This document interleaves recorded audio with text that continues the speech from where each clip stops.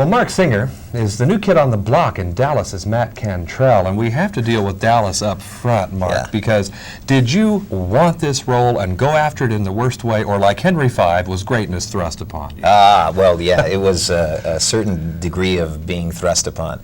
Dallas came along and sank V, Yes. like the Andrea Doria. That's and, a good simile, I think. exactly, and I found myself washed up on the shores there. And it was in that way thrust upon me. I didn't know that that would be the next thing that fate had in store for me, but I certainly am glad to fill those that expectancy, because I was raised in Texas, and it looks like it's my karmic destiny. No way of getting away from it, No, I sir. guess. It's going to come up one way or the other. And you show up looking for old Bob. Yeah, I old do. Bobby. Yeah. You're surprised, aren't Yes, I find out that not only is he gone, but I find out that the lady that he was married to is an attractive personality in many ways. Now, like any family, when an errant relative or long-lost friend shows up, Right. He or she may or may not be accepted too readily. That's Let's it. go on to the set Okay. now. All right. Okay. Has there been a bit of a crust to break through to be Well, a part of this family? You know, I tell you, it's on the level of being a professional actor, no, because you're expected to perform at a certain professional level, like a running back joining a football team. You were hired to do perform a certain function. You're expected to perform at a professional level. But on the personal level, yes, I'm shy at parties, and this is like walking into somebody's living room, and there's a large family, and they're all Exactly. wonderful. They all and know each other. They know each other. They have a special way of talking with each other and a language all In their jokes, own. I suppose. In jokes, everything, and and you walk in and you stand there and say, you know, hi, it's good to see you. And fortunately, they've been very kind, very generous. They're a nice bunch. Yeah. There are Army brats Yeah. and showbiz brats. You You've bet. been described as a symphony brat. Yeah. This is a new one. Yes, well, I always try to be unique in that way, I guess. Yeah, it's my father was a symphony conductor, and as such, we traveled around the country a great Was deal. this in Canada originally? Yes, when I was born, he was the director of the Vancouver Canada Symphony.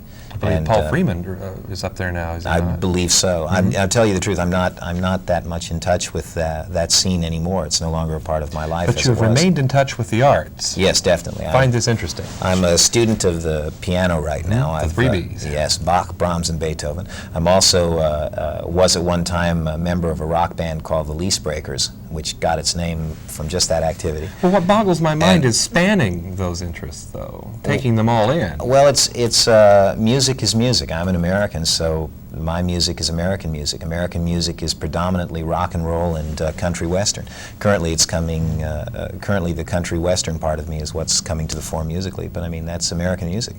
Before we get off Dallas, you have compared it to Dungeons and Dragons. What a fascinating idea. It is. It really is Dungeons and Dragons, and because what we bring as actors and performers and have wacky personalities, what we bring to the set is incorporated in the scripts, and what the audience perceives and their comments, which come in the thousands of letters, is also incorporated in the storylines. Because that's part of the magic of Dungeons and Dragons. We program it as we Right, go. exactly.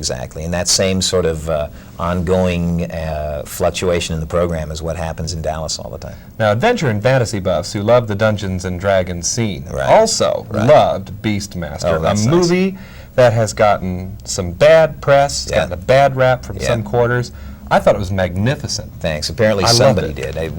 It has achieved a great deal of success, and in many ways was looked upon as a yardstick of how those kind of movies should be done. And did you know our Kansas City Symphony recently played some music from that score It was in a nice concert? score. No, I didn't know that, and I think that's very funny and Isn't that also nice? very wonderful. Yes, it is. It really is. The animals in this picture, some of the most extraordinary work I've seen with animals. What It about that with you? Was that tough for you to carry off? Tough in some instances, and like a religious experience in others.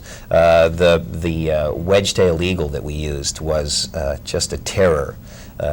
She didn't like me at all, and tried her best to dismember me on several occasions. In fact, tore a strip out of my back from one shoulder down to the took a dive on me, you know, and tore off a huge chunk of flesh off my back in one scene. They were always saying, you know, for the Beastmaster, you look awfully afraid of this bird, because I'd be holding her up like this going. you know, like that. So that's, in that way, it was interesting. But and they had those two marvelous small animals that just stole the pictures. The ferrets, and they were employed beautifully. They were lovely, lovely animals. But for me, the real revelation was in working with the tiger, because there's a killer animal that could, in an instant, put an end to the entire scene. And if you were good at communicating with this animal, it would allow you to be near it. And if you were not good with this animal, it would try to eat you.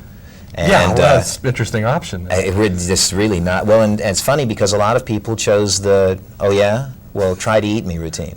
And with me, the best part of being in the Beastmaster was standing next to the tiger, and in each of those scenes, I would communicate to the tiger as best as possible, this is your movie, this is yours, this is your scene. This is for you to stand up on camera and tell all the people of the earth why it is that beautiful animals like you should not be decimated, that you should be here with us. And that's why, and that's what I thought in every scene that we were in together.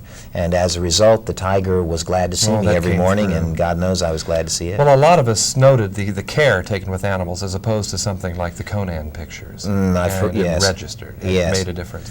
And you worked with a wild man director. Oh. Who also did Phantasm. This guy is bizarre. Yeah, well, I tell you, it was generally a bizarre experience. We filmed The Beastmaster in the middle of one of Los Angeles' most bitter winters. There were gale force winds that totally destroyed the sets, knocked over trailers, drove a wall of one set through the wall of another set. The temperatures were bitter. The crew was dressed in parkas and ski masks and gloves and stuff, and there I was dressed in a little leather hula skirt, you know, and it was, I'm telling you, the disparity in that situation was outrageous. We'd filmed 13 straight days in a row. We did that several times. It took 3.5 months of shooting. The final scene took a solid month of night shooting, 6 nights a week. We'd start to work when the sun went down, and we'd quit work when the sun came up. We want a sequel, Mark. Well, you're looking at somebody who is looking forward to the sequel with mixed emotions. On the one hand, I'm excited by the prospect, but on the other hand, art and life bond very closely in a show like The Beastmaster, because the opportunity for the opportunity to be killed on a set like that is, or injured, maimed for life, is extraordinary. It's ongoing, and so you prepare for a show like that in a very real way. It's not a preparation of getting your makeup on right and making sure every hair follicle is in place. It's a preparation of making sure you make it through the day. Marc Singer, you are an invader of exotic realms, Thank be you. it that of Beastmaster or the Dungeons and Dragons board of Dallas. Matt Cantrell, check him out, the new one in the family. And from Los Angeles for KCTV5, I'm John Tibbetts.